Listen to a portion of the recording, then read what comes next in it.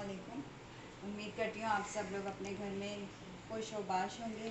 अल्लाह ताला आप सबके रिज़्क़ और रोज़ी में इजाफ़ा करे, आमीन सुम आमीन।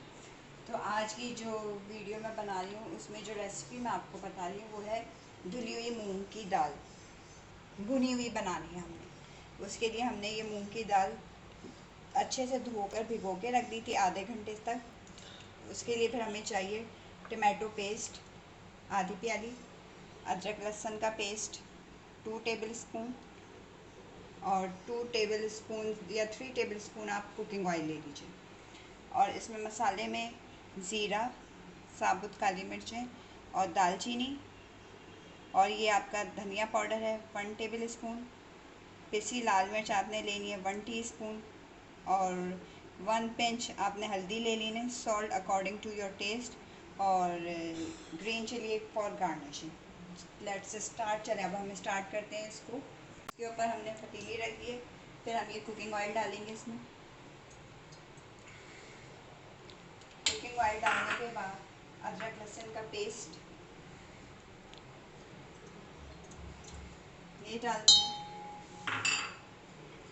ये सारे स्पाइसेस जो थे हमारे, ज़ीरा और ये धनिया पाउडर, लाल मिर्च, हल्दी और नमक, ये मैं थोड़े से कम स्पाइसेस में बना रही हूँ, ज़्यादा मसालेदार नहीं बना रही हूँ। ये हम इसमें डाल दें।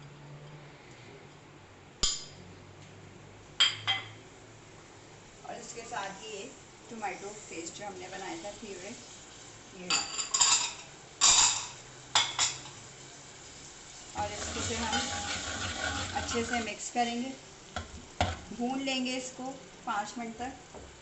भून गया, तेल अलग हो गया। अब हम इसमें ये भीगी हुई मूंग की दाल डाल देंगे। पानी मैंने इसका फेंक दिया था, तो ये अब हम इसमें दाल डाल देंगे।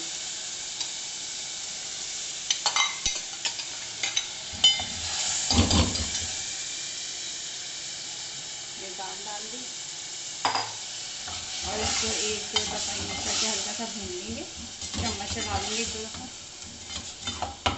और असल में ये भीगी हुई दाल थी तो इसलिए इसमें हम पानी कम डालेंगे, फ़ौरन ही गल जाएगी।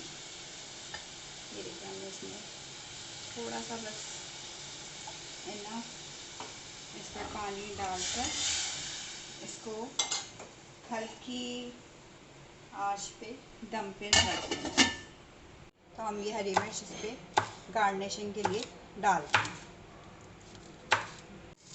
10 मिनट रख के ढक के भुनने को रख दिया, गलने को। अभी हमारी दाल बहुत अच्छी तरह से भुन गई है और गल भी गई है। अब हम इसको डिश आउट करेंगे।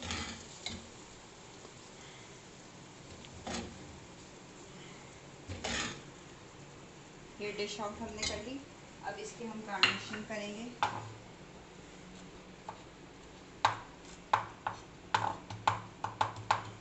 हरा धनिया चॉप करके ये डाल देंगे और ये हरी मिर्चें काट के डालेंगे। तो ये थी आज की हमारी मज़ेदार सी दाल मूंग भुनी हुई। उम्मीद करती हूँ आपको ये रेसिपी पसंद आई होगी। अगर आपको ये रेसिपी पसंद आए तो आप इस वीडियो को लाइक करिएगा, शेयर करिएगा और चैनल को सब्सक्राइब करना ना भूलिएगा।